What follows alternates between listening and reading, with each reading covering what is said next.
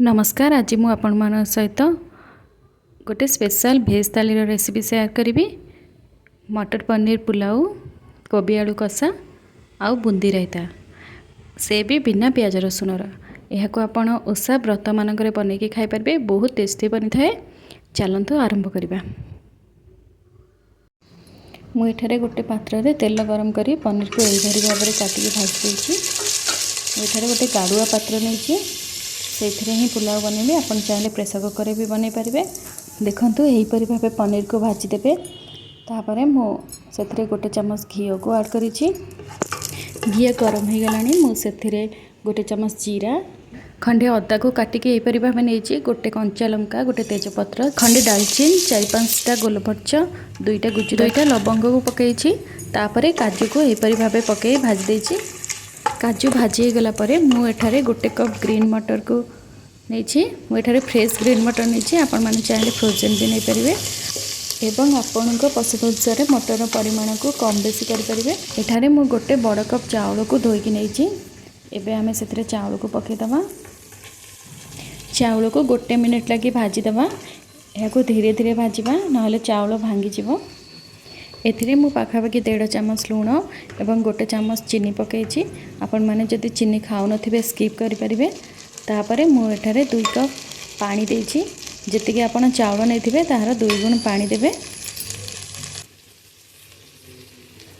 पानी एबे फुटी आसला से मु फाळे लेंबू को चिपुड़ी देछि, जहाद्वारा कि चाउल गोटी गोटी हो बनिबो और चाउल पूरा धला देखा। या किछि समय पाई घोड़े देछि। एबे देखंतु 5-10 मिनिट पर चाउल सीझीगला और टिके टिके आउ पानी अच्छी से मु पनीर को ऐड कर देछि। पनीर को यहीपरि भाव पकई। पनीर पकई सारा पर 2 मिनिट पर घोड़े रखिदेछि। एवं से काटिकी रखिथिबा धनिया पत्र को पकई। तापर गैस फ्लेम को बंद करी किछि समय पर घोड़े रखिदेवे। एबे हमर पलाव प्रस्तुत हो गला। चलतु एबे आमे कोबी आलू कषा बनाइबा। मु कोबी और आलू को यहीपरि भाव काटिकी नहीं। तापर मुझे 2टा बड़ टमाटो को काटिकी नहीं। अल्प काजू, खंडे डालचीन, गोटे चामच जीरा, गोटे चामच धनिया, 3-4टा सुखिला लंका, गोटे कंचा लंका और फाळे अदा को काटिकी नहीं। आपण मैंने चाहिले गुंड मसला भी नहीं पारे, किंतु यहीपरि भाव बाटिकी नियंतु। तरकारी बहुत टेस्टी बनी थाए। एबे मु कड़ाई रे तेल गरम करी आलू को यहीपरि भाव भाजिकी काढ़ी देछि। तापरे मु सेथिरे कोबी को पकईकी भाजिकी काढ़ी देछि।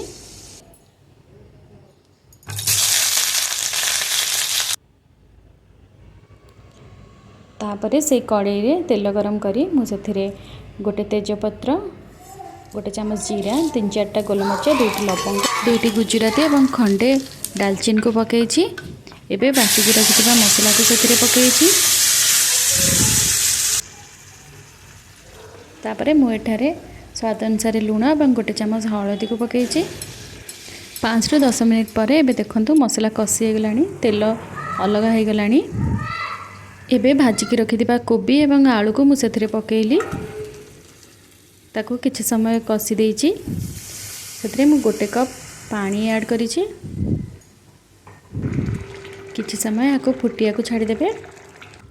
एबे देखंतु आलू और कोबी भल भाव में सीझी गलानी।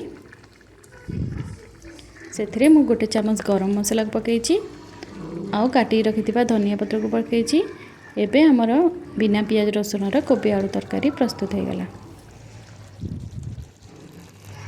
एबे बूंदी रायता प्रस्तुत करबा। मु गोटे कप दही नहीं और से गोटे चामच लुण पकई भल भाव में गोले देछि।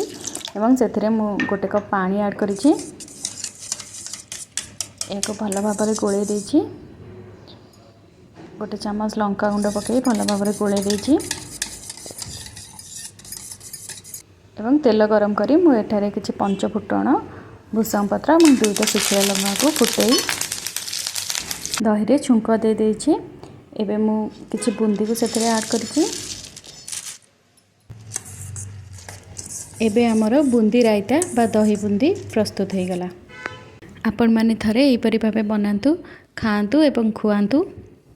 केमिति लागिला कमेंट बॉक्स रे निश्चय जणांतु। मो चैनल को लाइक, शेयर एंड सब्सक्राइब करने को जमा भी भूलिबेनी। रहूची। जय जगन्नाथ।